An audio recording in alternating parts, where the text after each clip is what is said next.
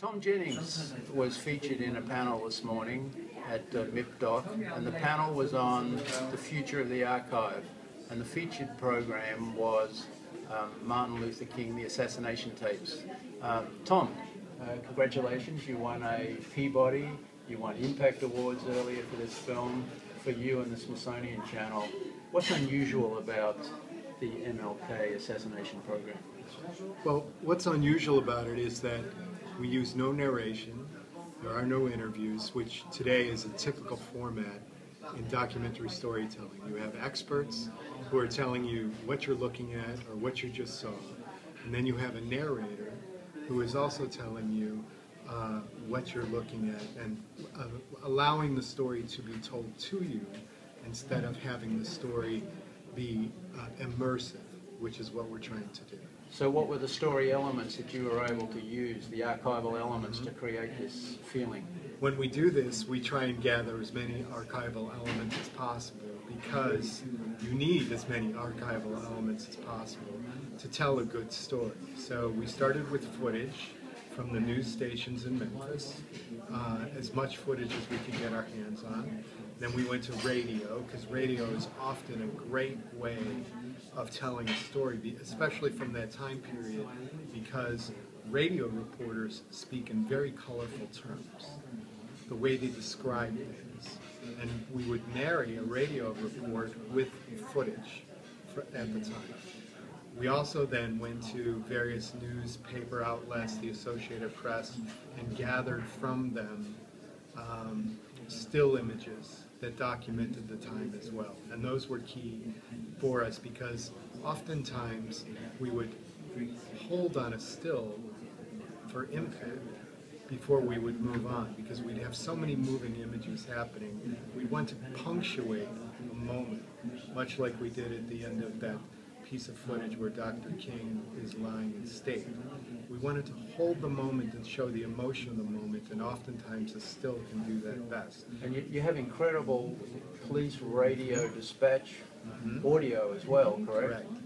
And that's an interesting story as well. The police radio dispatch footage came from a gentleman in Memphis who still lives there today, who was a police dispatcher in Memphis in 1968, and it was the second day on the job.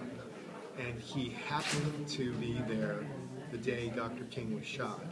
And he then realized these are very important tapes. He made his own copies, which he took home with him, put them in storage at his house, and years go by, the police have lost their footage, and he has the only remaining copy.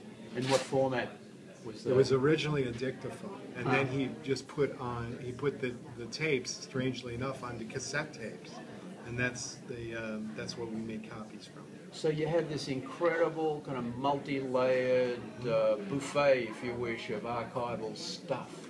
I mean, what's the process for drilling it down into a credible narrative for television? It's a very difficult process. What we have to do, like with any show, is it relies on the audio spine.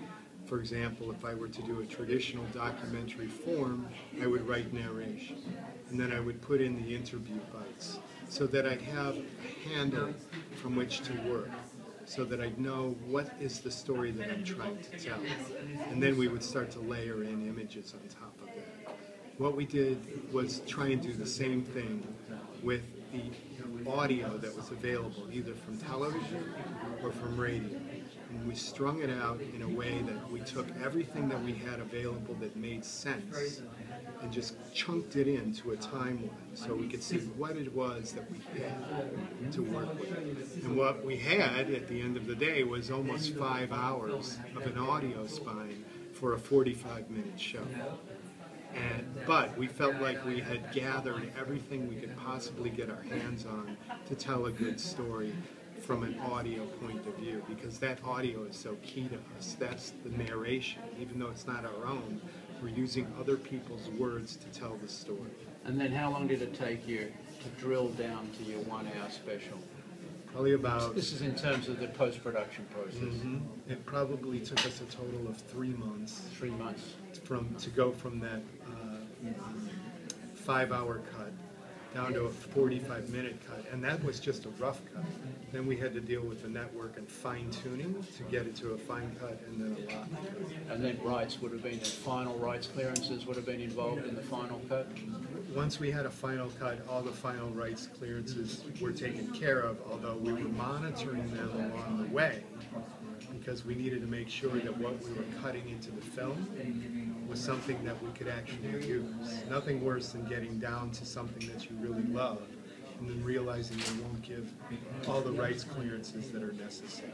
So Tom, it was a really fascinating panel. We got a lot of great feedback, and we're going to write up a case study in documentarytelevision.com. So thanks a lot, Tom. Thanks for joining us today. Thank you for having me.